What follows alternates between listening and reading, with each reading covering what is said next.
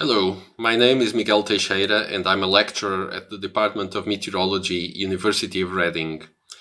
My research interests include meteorology, focusing on flow over mountains and gravity waves, and physical oceanography, focusing on oceanic turbulence. The PhD project I am proposing fits within the first of these areas, having the title Trapped Lee Waves as a Source of Low-Level Drag on the Atmosphere. First of all, what are trapped Lee waves? These are gravity waves in the atmosphere whose restoring force is buoyancy, and they are generated by hills. They propagate at low levels in the atmosphere, hence the name trapped, owing to the way in which wind and temperature vary in the vertical. These waves can often be visualized by cloud alignments in satellite images.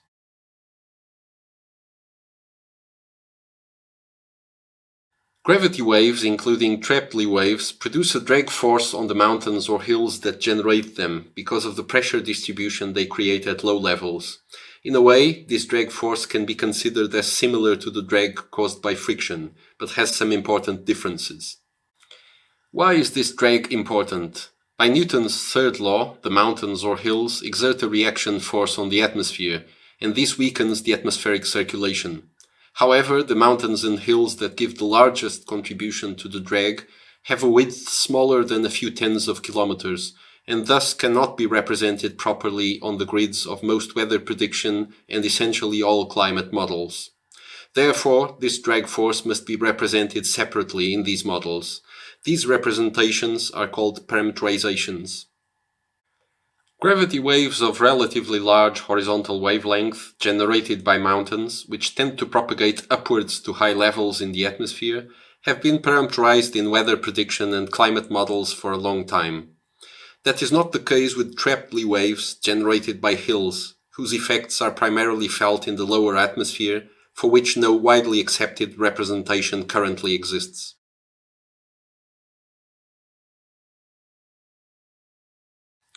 The reason why trapped Lee waves are thought to be important is that, since their effects on the atmosphere overlap with those of turbulence in the atmospheric boundary layer, the lowermost layer of the atmosphere closest to the surface, these waves may be currently misrepresented as frictional boundary layer effects. More specifically, to obtain a correct behavior of weather systems in weather prediction models, boundary layer friction is currently enhanced beyond what would seem reasonable based on results from turbulence resolving models.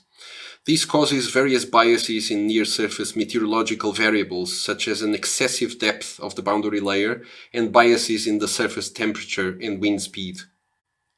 The reason why the absence of trapped Lee waves may be responsible for these biases is that trapped Lee waves, as gravity waves in general, while generating fluxes of momentum, which are related to drag, produce essentially zero heat fluxes. The vertical distribution of their momentum fluxes also differs from that produced by turbulence, so trapped Lee waves affect the temperature and wind profiles differently from boundary layer friction. In this project, we will use high-resolution numerical simulations to evaluate the importance of trapped Lee waves on the drag force exerted in the lower atmosphere, particularly in comparison with boundary layer friction. This will be done in collaboration with the Met Office, using the Met Office's unified model in simulations where the trapped Lee waves are fully resolved.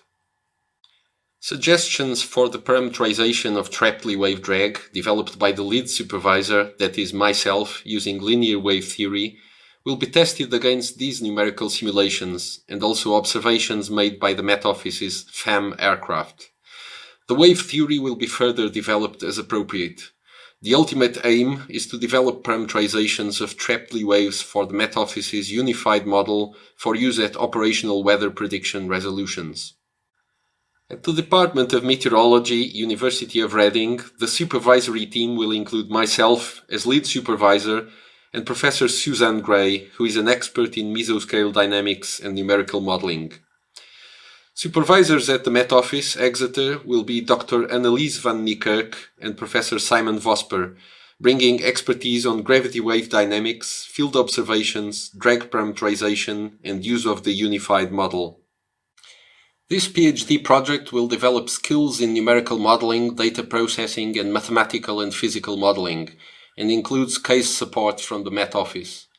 This will allow the student to spend an internship of at least 3 months at the Met Office and benefit more closely from the expertise of the local supervisors and staff, and experience the professional environment of a leading weather prediction center. If necessary, this internship will be converted to virtual form. During the PhD project, the student will have the opportunity to attend postgraduate teaching modules at the University of Reading, summer schools such as the Fluid Dynamics of Sustainability and the Environment, participate in conferences and workshops, and benefit from the vibrant research environment of the Department of Meteorology and the Met Office, with opportunities for attending seminars, participating in research group meetings, etc. We are looking for a student with a strong first degree in physics, mathematics, or a closely related physical or environmental science, and with good computational skills.